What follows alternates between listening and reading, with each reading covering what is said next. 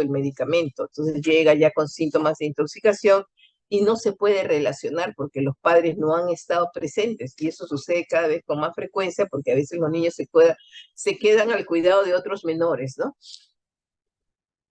Bueno, entonces, como les repito, la dosis tóxica es más o menos 10 veces más que la dosis terapéutica, ¿ya? ¿Qué hace que los niños, ven ustedes en la parte de abajo, extremo inferior derecho, que a los niños les encanta jugar con medicamentos, ¿no? Entonces no hay que dejarlos al alcance de los niños. Además, estos fármacos, los analgésicos y los antihistamínicos, tienen colores muy atractivos, sabores agradables, son como para que el niño, ¿no?, se pueda auto ingerir esos medicamentos, ¿no? Afortunadamente, la concentración del medicamento este, eh, no sobrepasa la dosis tóxica, ¿no? Por ejemplo, los frasquitos de paracetamol vienen de 100 miligramos por 5 mililitros y el frasco tiene máximo 60 mililitros, ¿no? Entonces, es poco probable que el niño se ingiera todo un frasco, ¿no? Pero sí que le den frecuentemente. La intoxicación aguda, o sea, la intoxicación por paracetamol puede ser aguda, es aquella que se presenta en las primeras 48 horas, ¿no? Hasta los 4 días, hasta el cuarto día. Y la intoxicación crónica eh, se presenta después de las 48 hasta las 96 horas, ¿no?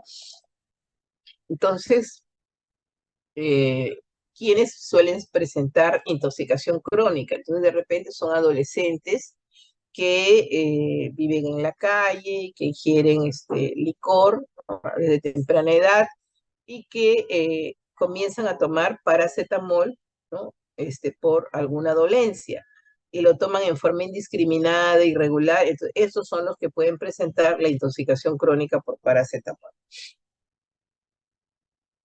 La absorción gastrointestinal después de la ingesta de una dosis terapéutica es rápida, es a los 30 o 60 minutos, pero si hay una sobredosis, esto sí puede demorar, ¿no? Y en promedio es hasta 4 horas.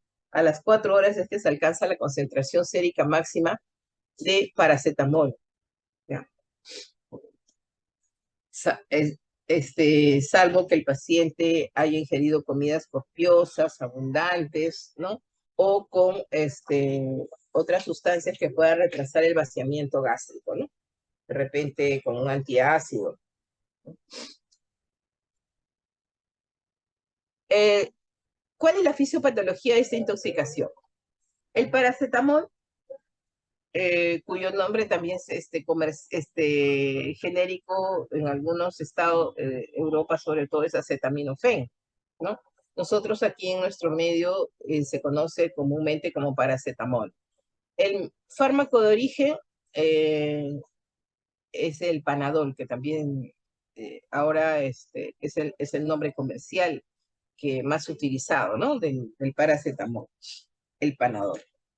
Tiene presentaciones para uso pediátrico en gotitas, en, en jarabe y para niños más grandecitos en tabletitas, ¿no? También de 100 miligramos o 200 miligramos.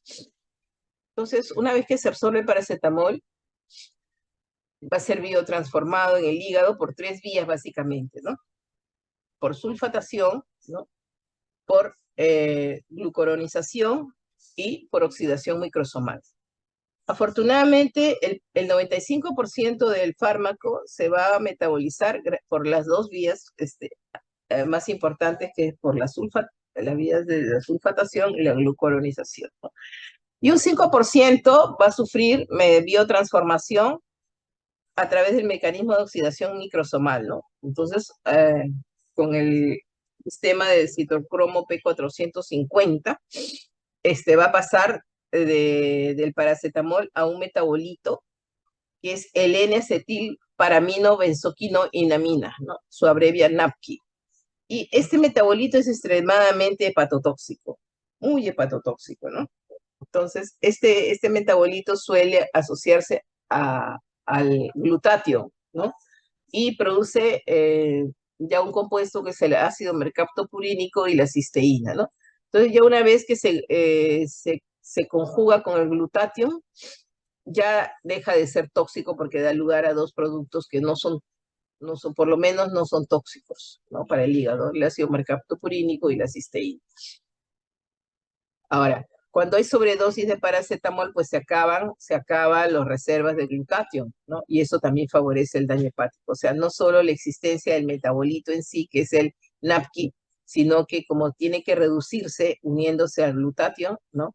Y el glutatión es como una sustancia protectora de los hepatocitos, ¿no? Ahora, los niños menores de 6 años, en niños menores de 6 años el metabolismo del paracetamol es básicamente por sulfatación, ¿no? Y, y glucuronización, menos por la oxidación. Entonces, por eso que además no producen, no, el glutatión se renueva rápidamente, entonces en esa edad, ¿no? Puede haber menor posibilidades de que el daño la hepatotoxicidad sea muy severa. Bueno, una vez que hay una ingesta eh, en sobredosis, ¿no? El primer día, ¿qué es lo que va a presentar el niño? Puede estar asintomático, como que también puede presentar malestar general, ¿no? Se le quita el apetito, puede tener náuseas o vómitos, ¿no? El paciente puede ser llevado, si la anamnesis no es clara, puede llegar a emergencia, por lo que no se siente tan bien el niño, le pueden hacer los análisis básicos que se hacen en urgencias, por ejemplo, un hemograma, una bioquímica, y se encuentra que está completamente normal. No hay alteraciones, ¿no? En las primeras horas no hay alteraciones. Después de las 24 horas, ¿no? El paciente puede todavía estar asintomático, pero también puede seguir con el malestar general, o sea, eso es variable, pero ya va a aparecer que hay hipersensibilidad en el hipocondrio derecho, o sea, el paciente puede quejarse de dolor abdominal difuso y al examen, ¿no? Palpando la zona del hipocondrio, se puede una hipersensibilidad, ¿no? Y se puede detectar leve hepatomegalia. Entonces, como al examen se percibe que ya hay compromiso hepático, entonces en los exámenes se van a pedir exámenes sobre todo el perfil hepático, ¿no? Y como sabemos que el hígado es el principal productor, una de sus principales funciones es la síntesis proteica y la síntesis de factores de coagulación, entonces se le tiene que pedir en emergencia, ¿no? Cuando vemos que el niño tiene hepatomegalia, tiene dolor en esa zona, y no hay la historia clara, o porque también puede venir ya así con la historia, entonces obviamente a veces los padres al día siguiente recién encuentran que debajo de la cama aparece un frasco vacío, ¿no? O las tabletas de algún familiar adulto están dispersas y hay indicios de que el niño ha autoingerido en sobredosis el paracetamol, entonces lo lleva a emergencia ya con esa historia. Entonces, al hacerle los análisis, ¿qué van a encontrar? Aumento de las transaminasas, ¿no? Aumento del tiempo protrombina. Aparte de la hipertransaminasemia, también van a haber elevación de bilirrubinas y también se va comprometiendo la función renal. Puede haber aumento de urea y creatinina. Ese es al segundo día de la intoxicación, ¿no? Al tercer día, ¿no? Entre el segundo y el cuarto día, va a aparecer ya mayor sintomatología, ¿no? Van a incrementarse los vómitos, las náuseas, el dolor abdominal. Ya pueden aparecer síntomas que denoten la insuficiencia hepática y la insuficiencia renal, ¿no? El paciente puede presentar ictericia manifiesta, ¿no? Ya puede comenzar a sangrar, lo cual evidencia que hay pues una coagulopatía, ¿no? El paciente puede entrar ya en algún grado de encefalopatía, puede estar muy irritable o puede estar somnoliento, ¿no? El paciente puede presentar también crisis convulsivas, sobre todo si son pequeños, ¿no? Asociados a hipoglicemia. Va a presentar síntomas de oligonuria y también puede estar perturbada la función del páncreas, ¿no? Entonces, ¿qué van a encontrar? Obviamente, cifras muy elevadas de transaminasas, bilirrubinas, perfil de coagulación bastante prolongado, ¿no? La uricreatinina también bastante elevadas, ¿no? Entonces, las transaminasas superan largamente las 1000 unidades internacionales por decilitro, ¿no? Entonces, en esta etapa el paciente puede estar muy grave, ¿ya? Y si hay, puede requerir diálisis, aparte de todo el soporte hemodinámico, ¿ya? Una hidratación exhaustiva, así ya a estas alturas, obviamente puede funcionar el antídoto, pero el antídoto es mejor iniciarlo, como vamos a ver más adelante, en las primeras horas, ¿no? Después ya del cuarto día, podemos ver dos caminos, ¿no? Si, dependiendo del daño establecido. El paciente puede progresar al coma hepático y si no tiene posibilidades de que le hagan un trasplante hepático, puede fallecer, como que también el paciente pudiera, con todo el tratamiento de soporte, y si el daño no es muy marcado y hay hepatocitos, ¿no? que estén funcionando, poco a poco se puede ir restableciendo, ¿no? Obviamente todo esto tiene que manejarse en cuidados intensivos, ¿no? Y el daño hepático pues, puede dejar secuelas, ¿no? La falla hepática crónica, o puede restablecerse también, ¿no? Entonces, cuando nos llega el paciente que estemos sospechando o tenemos la certeza de que ingirió una sobredosis de paracetamol, le tenemos que pedir cómo está el hemograma, cómo está la bioquímica, sobre todo la glicemia. Ya sabemos que como el hígado, la falla hepática se asocia a disminución de la producción de glucosa, ¿no? Y la disminución de gluconeogénesis, entonces van a aparecer hipoglicemia, ¿ya? Así que hay que tomar la glicemia, uricreatinina, que pueden estar incrementadas, cómo están los electrolitos, que puede aparecer hiponatremia, hipercalemia, cómo está el equilibrio ácido-base, sobre todo si está haciendo un síndrome hepatorrenal, ¿no? Para poder corregir la acidosis metabólica. El perfil hepático hay que hacerlo seriado, ¿no? Apenas llegue el paciente, luego 6 horas después, al día siguiente, para ir viendo cómo van cambiando el aumento de transaminasas, si se produce mayor hiperbilirubinemia, ¿ya? Y cómo está el perfil de coagulación, también hay que hacerlo seriado. Si el paciente nos llega en el primer día de la intoxicación, tenemos la obligación de pedirle un dosaje sérico de paracetamol, ¿no? Entonces, eso ya no sirve después del primer día, ¿no? Y una vez que tengamos los resultados del dosaje sérico, obviamente, si es que hay un centro, por ejemplo, es fácil cuando el paciente esté en Lima, cerca a donde le puedan hacer un dosaje, ¿no? de paracetamol. Acá hay centros especialistas en dosar fármacos, ¿no? Uno de ellos es el Hospital de Emergencias de Minsa, de Grau, ¿no? De emergencias pediátricas. Ahí hay un centro que se pueden dosar los fármacos, ¿no? También había el Instituto de Medicina Ocupacional. Y una vez que se tenga el dosaje sérico de paracetamol, si nos llega en las primeras horas, ¿no? Entonces sí se puede extrapolar al nomograma de Roux-March. Y eso nos puede servir para el manejo, ¿no? Es una relación, este nomograma está dado por una relación, ¿no? Entre el dosaje sérico de paracetamol y, y el número de horas, ¿no? Entonces, si tenemos un dosaje sérico, por ejemplo, de 200 microgramos por mililitro, ¿no? A las 12 horas, ¿no? Probablemente no haya daño hepático severo, ¿no? Pero si estamos en el límite, sí puede haber una probable hepatotoxicidad, pero si está por encima de estas cifras, ¿no? Entonces sí es el daño hepático es muy probable. cuando tengamos estas pacientes con todas estas alteraciones y la anamnesis de la ingesta no sea 100% certera, entonces hay que hacer diagnóstico diferencial, ¿no? Con otras intoxicaciones medicamentosas, uno de los fármacos que produce mayor hepatotoxicidad es un anticonvulsivante que es el ácido valproico, ¿no? También la ingesta de hongos, ¿no? Que pueden estar en los jardines y a veces los niños se los ingieren, ya ingieren, se comen los hongos, les llaman la atención.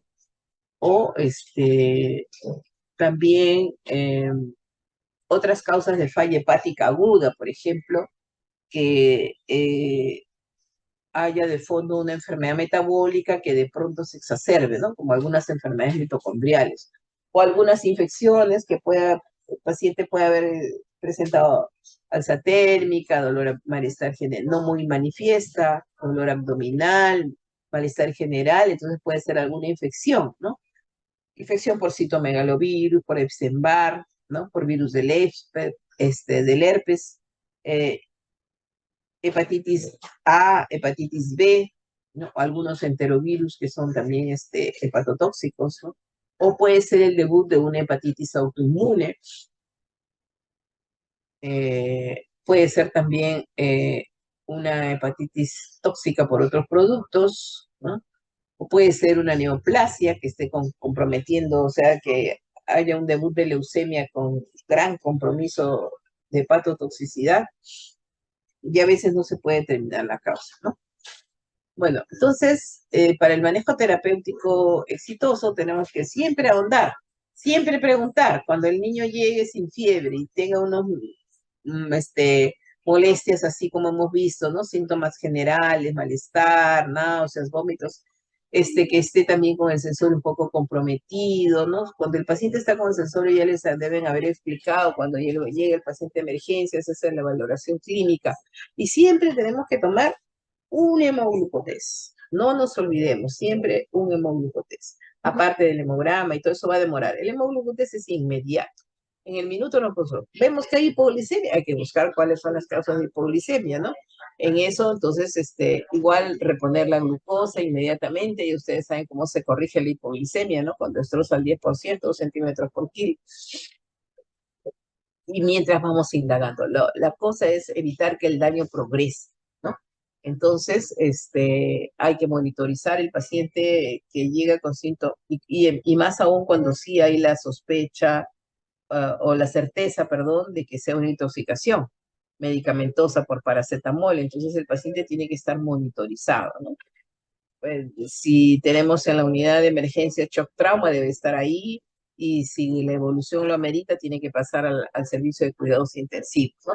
La evaluación neurológica tiene que ser muy estrecha, ¿no? Sobre todo las primeras horas, para ver pues si este paciente comienza a desarrollar encefalopatía hepática.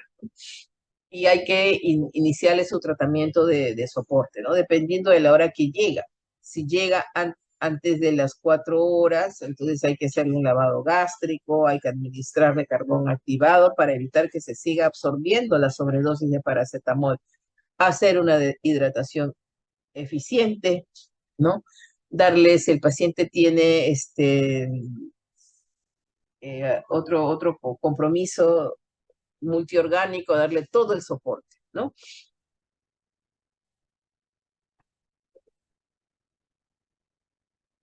Bueno, entonces, básicamente hay que, dependiendo de la hora, ¿no? O reducimos la posibilidad que se siga absorbiendo el fármaco a nivel gastrointestinal, o ya iniciamos la administración del antídoto para neutralizar al paracetamol, ¿no? Que es la N-acetilcisteína, o también tenemos que favorecer la eliminación del tóxico, utilizando, pues, una buena hidratación, ¿no? Forzando diuresis. Entonces, si llega el paciente, la mamá avisa que se ingirió una sobredosis, entonces hay que administrarle carbón activado, ¿no? A 1 gramo por kilo, por vía oral, ¿no? Si el paciente está vomitando, bueno, de repente se le coloca una sonda nasogástrica y por ahí nomás se le administra el carbón activado diluido, ¿ya? Y lo ideal es hacerlo apenas llegue, ¿no? En la primera hora. Lo ideal es antes de las primeras 4 horas, ¿no? para evitar la absorción gástrica y también mientras la vamos hidratando para favorecer la eliminación. Salvo que haya una contraindicación, ¿no? Que el paciente esté en estado de coma, que es poco probable que llegue en 4 horas en estado de coma, o que sea, pues, tenga obstrucción gastrointestinal. Después de las 4 horas, ¿no? Como hemos dicho que cuando hay sobredosis, ese es el tiempo promedio en que se alcanzan altas concentraciones séricas, entonces ya se le tiene que solicitar el dosaje sérico de paracetamol, ¿no? Y todos sus análisis. Si obtenemos los resultados, ya podemos iniciar el esquema de la administración del antídoto, ¿no? La N-acetilcisteína, el nombre comercial más conocido, el Flummucil, pero hay varios, ¿no? Entonces, eso es mandatorio iniciarlo apenas nosotros sepamos que fue intoxicado por paracetamol para evitar mayor daño hepático, ¿ya? Que definitivamente el daño se va a establecer más o menos a las 8 horas después de la ingesta, ¿ya? Iniciar en forma precoz la administración de N-acetilcisteína nos va a reducir la posibilidad de mayor hepatotoxicidad y de la mortalidad, ¿no? Ahora, cuando ya pasa de las 24 horas, como les digo, a veces los padres no se dan cuenta y ya ha pasado 24 horas, entonces después de un día los niveles de paracetamol ya no sirven los niveles séricos ya no sirven para establecer el nomograma de Rimac-Mathew, ¿no? Entonces, pero igual tenemos que tratarlo, ¿no? Con la administración de N-acetilcisteína. Ahora, si el paciente está asintomático y los exámenes no muestran mayor compromiso hepático, puede ser hospitalizado para vigilarlo más de cerca o puede ser dado de alta para hacerle control al día siguiente y a los 2 días y así sucesivamente, ¿no? Nunca le podemos decir al papá, váyase y despreocúpese que no le va a pasar nada, ¿no? Siempre tenemos que vigilar, una vigilancia cercana. Si es un niño muy pequeño, lo mejor es hospitalizarlo. Estamos hablando, por ejemplo, si fuera un adolescente que puede avisar, me duele aquí, me estoy empeorando, tengo más malestar general, sigo con náuseas, ¿no? Entonces, ese paciente, pues también tiene que hospitalizarse, ¿no? Ahora, si la ingesta es desconocida, o sea, digamos, la dosis en que se ha ingerido y, y no se tiene el dosaje sérico, entonces igualmente hay que guiarnos, ¿no? Con las pruebas de función hepática, ¿ya? Para poder guiarnos cómo va el daño hepático, cómo se va, si está empeorando, ¿no? En todo caso, tenemos que iniciar ya la administración del antídoto, apenas sepamos que hay una sobredosis, ¿no? Y no hay pautas así generales, ¿no? Si el paciente tolera oral, la administración tolera la vía oral, se puede iniciar la administración de N-acetilcisteína por vía oral, ¿ya? Ahora, si el paciente no tolera la vía oral, está vomitando, tiene muchas náuseas o es poco colaborador, entonces podemos usar la vía intravenosa, ¿ya? Bueno, la dosis inicial para la administración de la N-acetilcisteína, ¿no? Es de 140 miligramos por kilo, ¿no? Eso es cuando es por vía oral. Y se tiene que seguir de 17 dosis de 70 miligramos por kilo cada 4 horas, ¿no? Mire, le damos de ataque 100 miligramos por 140 miligramos. Y esto se pasa más o menos en 1 o 2 horas. Perdón un momentito. ¿Sí?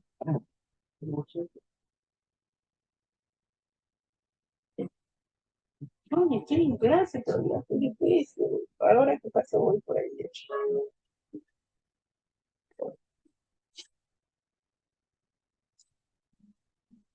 Y después continuamos con las 17 dosis de 70 miligramos por kilo, o sea, la mitad de la dosis de ataque. Y eso hay que darle cada 4 horas, ¿no?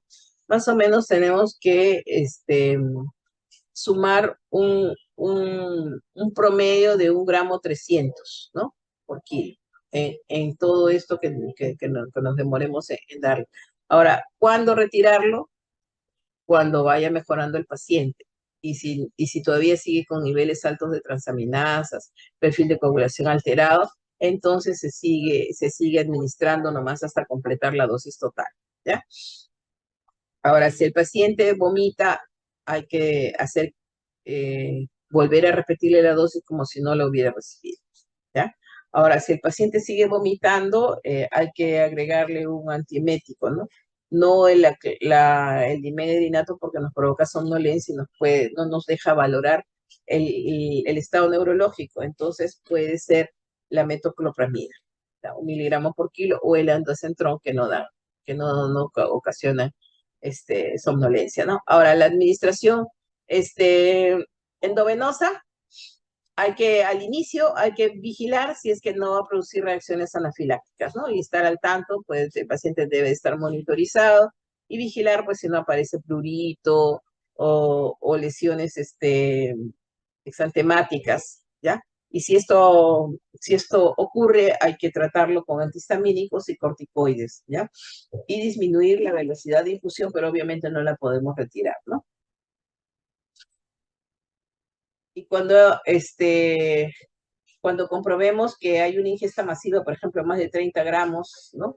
Que se haya ingerido, sabe que que eso se puede hacer en 4 días, ¿no? 1 gramo, a veces ahora hay paracetamol de 1 gramo, ¿no? Entonces se puede, más de 30 gramos, o sea, 30 tabletas, o niveles séricos mayores de 500 miligramos por litro, ¿no? Que es poco frecuente en niños. Esto generalmente se va a ver ya este, ingestas con intención de suicidio en pacientes más en adultos o en adolescentes, ¿no? Entonces, hay que buscar a toxicólogos expertos, ¿no? Y lo que se inicia, ¿no? Con 12,5 mg/kg durante las 16 horas tras la dosis inicial, ¿ya? Entonces, igualito así como por vía oral se le da cada 4 horas, aquí hay que se le da dosis 140 al inicio acá se le da 25 al inicio y luego 12,5 ml/kg en las 16 horas restantes, ¿ya?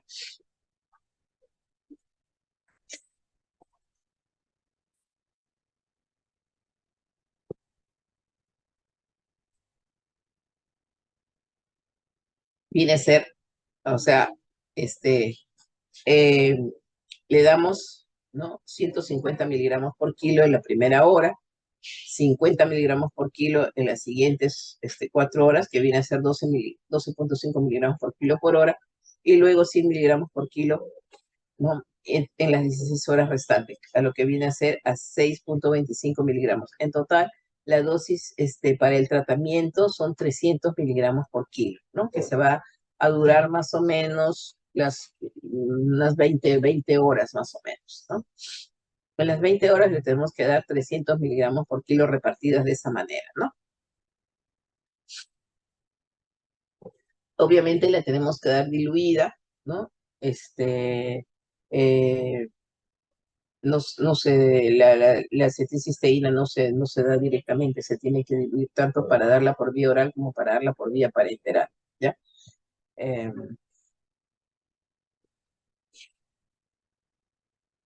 entonces nosotros tenemos, una vez que recibe el antídoto, hay que monitorizarlo, ¿ya? Hay que monitorizar el ritmo de infusión, sino, como les repito, si no presenta manifestaciones de anafilaxia, y también monitorizando cómo va la función hepática, ¿ya?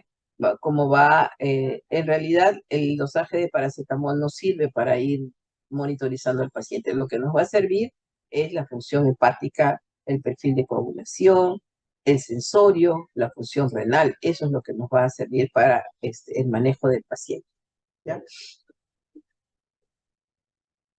Ahora, algunos recomiendan que antes de terminar la infusión, ¿no?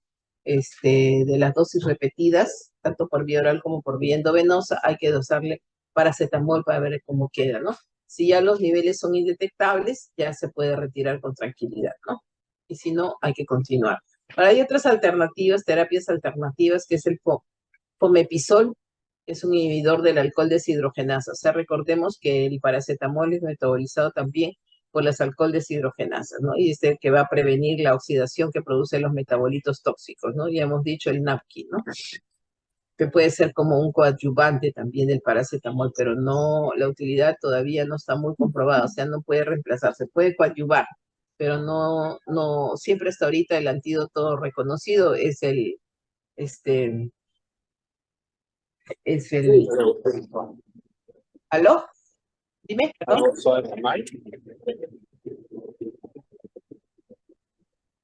Bueno, si la intoxicación es muy severa y el paciente está yendo a la falla hepática, ¿no? Y no hay posibilidades de retorno, hay que prepararlo para el trasplante hepático y tiene que ser transferido a un hospital donde se haga este tipo de tratamiento, ¿no?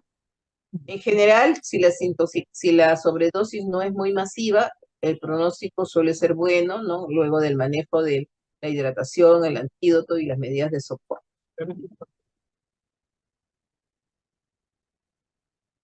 El paracetamol, ¿qué hacemos si se requiere diálisis o no, no? El paracetamol es dializable, pero sus metabolitos tóxicos no. Entonces solamente estaría indicado cuando el paciente está con una falla renal aguda, ¿no? Para el manejo en general de la insuficiencia renal. Entonces, ¿quiénes tienen mala evolución? Aquellos que recibieron una sobredosis, ¿no? Muy alta de paracetamol. Los pacientes con antecedentes de alcoholismo crónico, cuando el tratamiento con el antídoto se inicia pasadas las 24 horas, cuando la ingesta es intencional, con intento de suicidio, los adolescentes, ¿no? De 10 a 17 años y que incluso consuman otras drogas hepatotóxicas simultáneamente. Y de probable evolución hacia un trasplante hepático, quienes tenemos que monitorizarlo cuando el perfil de coagulación esté prolongado, ¿no? Más de 37 segundos a, luego de las 48 horas post ingesta. Cuando persista un pH, una alteración del equilibrio ácido-base. Cuando haya retención de creatinina, ¿no? Cifras elevadas de creatinina, más de 3 miligramos por decilitro cuando el paciente progrese a una encefalopatía hepática, a una falla hepática con encefalopatía grado 3 o 4, ¿no?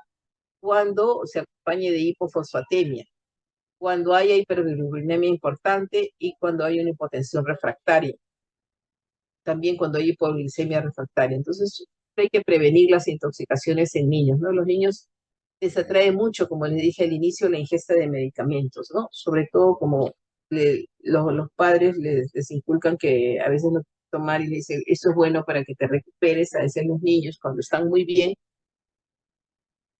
en el medio de su inocencia no saben que se pueden infectar, ¿no? Entonces les encanta o ven que hay adultos que ingieren medicamentos con regularidad, que a veces viven familias extensas, abuelos que usualmente toman medicamentos, entonces imitan mucho los niños, ¿no? Así que hay que tenerlos siempre fuera del alcance, pero como ustedes ven, ese niño se está trepando, o sea, no solamente hay que ponerlos en altura, sino muy resguardados y todos los medicamentos tienen que estar etiquetados, ¿ya?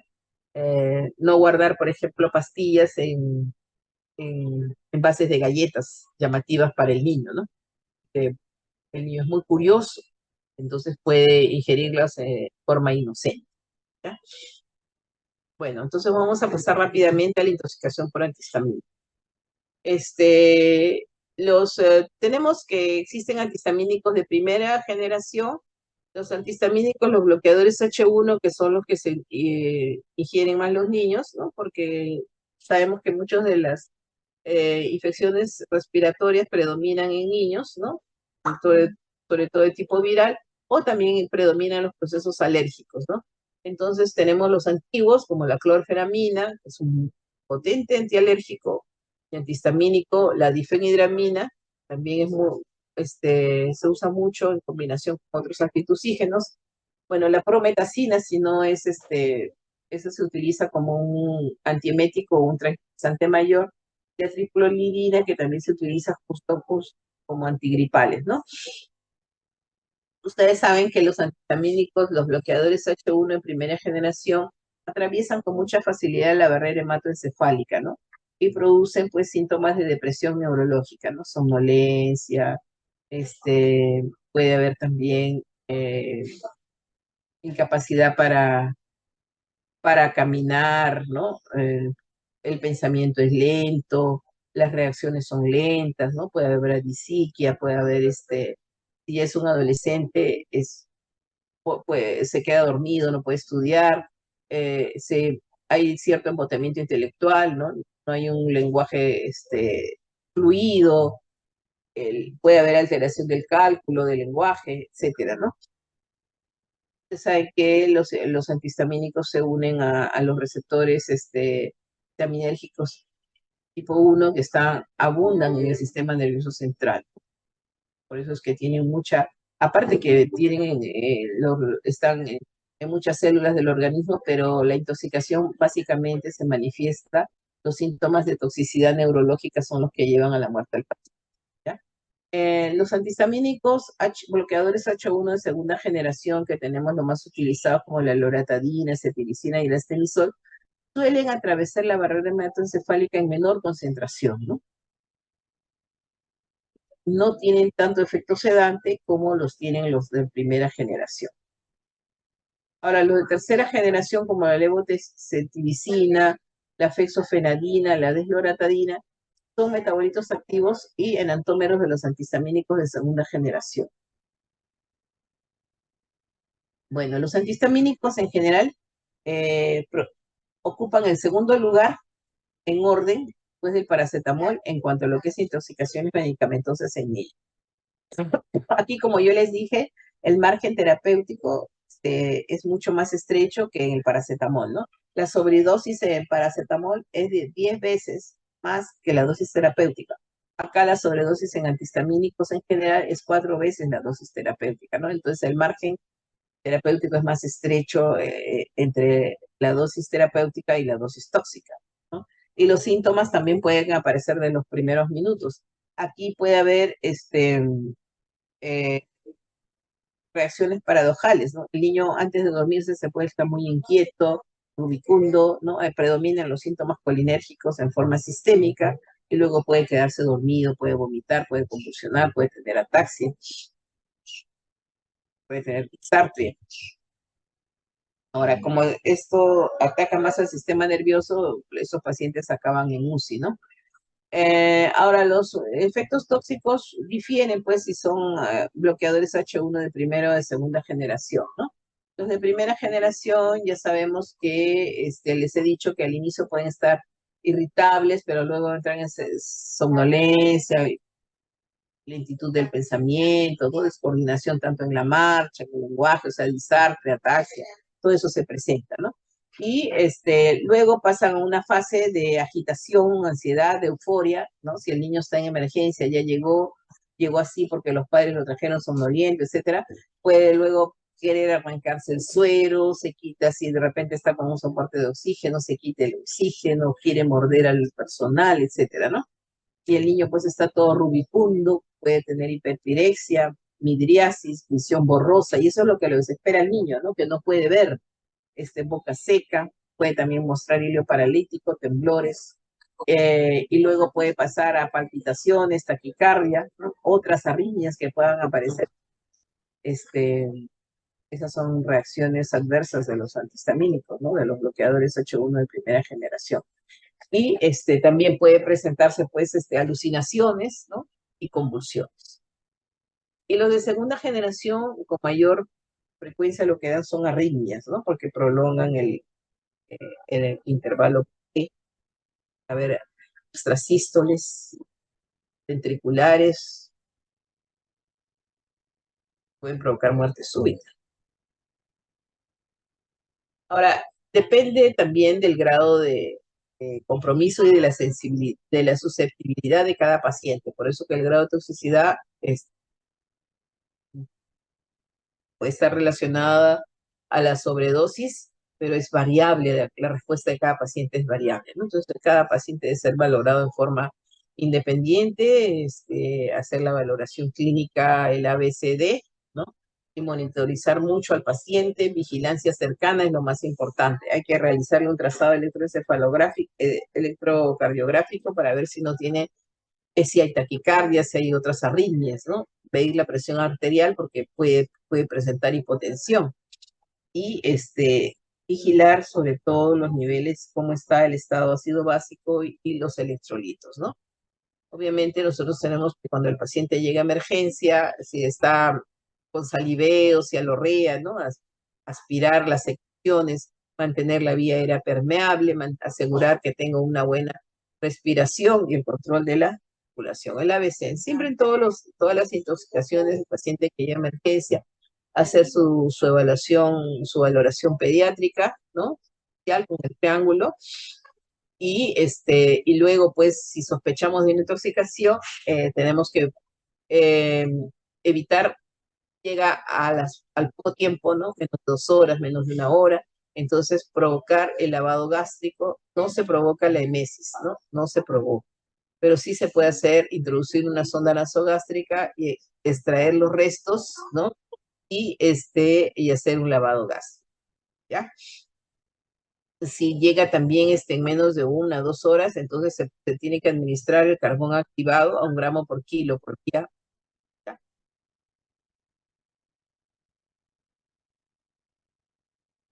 Este es cómo se coloca la sonda nasogástrica, siempre no se olviden, se mide desde la fosa nasal hacia el lóbulo de la oreja y de ahí hacia el esternón. Eso es más o menos la distancia que hay hacia el estómago. Muy bien. Entonces, si llega antes de las 2 horas, carbón activado y lavado gástrico, ¿no? Ahora, y después le damos el tratamiento de soporte, ¿no? Si el paciente está convulsionando, obviamente usamos las benzodiazepinas de acción corta, como el diazepam, que se puede administrar por vía intravenosa, ¿no? 0,25 hasta 0,5 miligramos por kilo de una dosis, ¿no? O si a veces no lo consiguen vía porque el paciente está muy eufórico, irritable, entonces por vía rectal. ¿Ya? Si no se logra con benzodiazepinas el control de convulsiones, pasamos a la segunda fase del manejo del anticonvulsivante, que es con fenitoína, ¿no? Y si no, con fenobarbital. Como ya hemos dicho que es importante monitorizar al paciente, hacer un registro de electrocardiográfico, entonces si tenemos taquicardia, ¿no? O prolongación del intervalo QRS, entonces vemos administrar el manejo o vigilar el manejo de las arritmias, ¿no? Podemos administrar bicarbonato de sodio de 1 a 2.000 equivalentes por kilo intravenoso en un polo que no debe ser menor de 20 minutos, ¿no? Hasta conseguir la desaparición de la arritmia o usar otros antiarrítmicos, ¿no? Ser lidocaína, depende de cómo esté el paciente y de los recursos que se pongan, ¿no? Por ejemplo, si es una taquicardia ventricular refractaria que puede terminar en fibrilación ventricular, entonces administramos lidocaína, 1 miligramo por kilo intravenoso, ¿no? Seguido de 20 a 50 miligramos por minuto hasta que cese la taquicardia, ¿no? A veces presenta el torsade de Points, ¿no? Esto sí, también esta arritmia también puede ser mortal, ¿no? Y esto puede administrarse sulfato de magnesio, ¿no? 25 a 50 miligramos por kilo. Que se la administra en 20 o 30 minutos, ¿no? Y si el paciente, pues, amerita, no se corrige con antiarrítmicos, las arritmias, y estamos, pues, en una taquicardia ventricular, fibrilación ventricular, torsade de Points, hay que desfibrilar, ¿no? Ahora, si el paciente está hipotenso, se puede usar expansores de plasma isotónico. Si el paciente tiene un gasto cardíaco reducido, le podemos administrar inotrópicos, ¿no? Dopamina, noradrenalina, si no revierte la hipotensión, ¿no? Y el gasto cardíaco sigue disminuido. Ahora, si el paciente puede desarrollar una hipertermia maligna, los antihistamínicos son causas de hipertermia maligna, ¿no? Aparte de que el paciente hay que aplicarle medios físicos, ¿no? Incluso se le puede colocar hielo sobre las superficies que más concentran la temperatura, que puede ser la superficie craneal y la superficie abdominal, ¿no? Y obviamente también podemos la clorpromacina, por ejemplo, un antihistamínico. Sí, pertenece al grupo de los antihistamínicos, de los tranquilizantes mayores, ¿no? La clorpromacina, que puede revertir la hipertermia maligna, ¿no? Ahora, también puede producirse intoxicaciones muy severas o insuficiencia renal aguda que puede que sea desencadenado por rhabdomiolisis, ¿no? Entonces, en esos casos hay que hacer reemplazo de la función renal con diálisis peritoneal o hemodiálisis, ¿no? Igual que en el otro caso de los antipiréticos, pues no dejar los medicamentos al alcance de los niños, ¿no? Siempre resguardarlos de su visibilidad, o sea, no solo ponerlos en altura, sino de repente en unas repisas que estén cerradas, ¿no? Que no les provoque jugar con los medicamentos, ¿no? Y otra recomendación, no guardar medicamentos u otras sustancias tóxicas en envases de bebidas gaseosas o comestibles, ¿no? Muy bien. No sé si tienen alguna pregunta, perdón, una pregunta.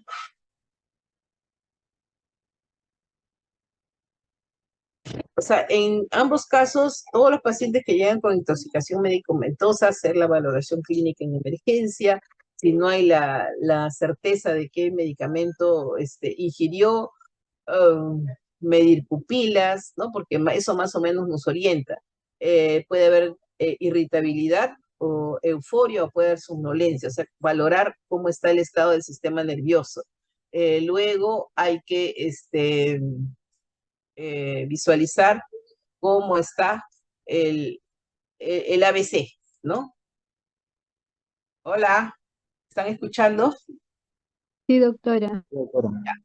Darle todo el soporte hemodinámico que el paciente necesita. Eso es en general, son las medidas generales.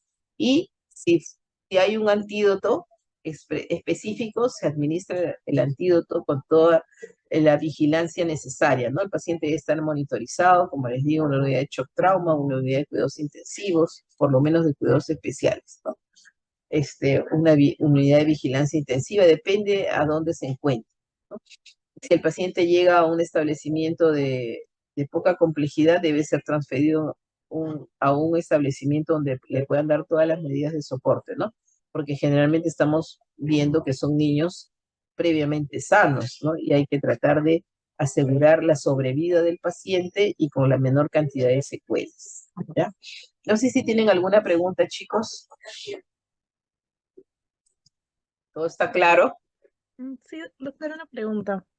Sí. Buenas tardes. Con respecto a la intoxicación por paracetamol, si un Mm. paciente, por ejemplo, llega 2 horas de haber ingerido la dosis tóxica de paracetamol, primero se administraba carbón activado y a las 4 horas N-acetilcisteína, o en qué casos también se le debe sumar el Mira, N-acetilcisteína. si el paciente llega a la primera hora, nos tratamos de reducir la absorción gástrica, administrar carbón activado, lavado gástrico, y de repente esperamos las 4 horas para poder hacer un dosaje sérico e inmediatamente tomada la muestra se inicia. Si hay certeza de que es la indicación para paracetamol, sabemos que la concentración sérica máxima va a alcanzar alrededor de las 4 horas. En medio se inicia la administración del antídoto, ¿no? Bien, si el paciente todavía está tolerando la vía oral, por vía oral mejor y a 140 miligramos por kilo y luego esperamos el resultado del antídoto. Lo que pasa es que no dicen, la bibliografía dice esperar hasta 4 horas e iniciar antes de las 8 horas, pero sabemos que nuestra realidad es muy diferente, ¿no? Así que lo que hacemos aquí en emergencia es que el paciente llega con intoxicación conocida, se inicia el tratamiento con el antídoto. Prácticamente no esperamos aplicar ningún nomograma porque, a ver, si puede ser en la noche, nadie le va a hacer un dosaje de paracetamol sérico.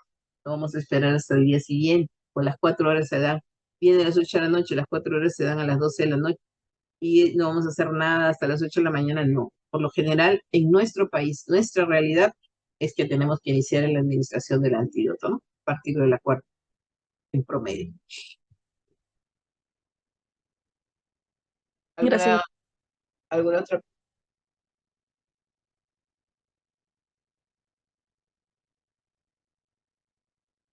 todo claro.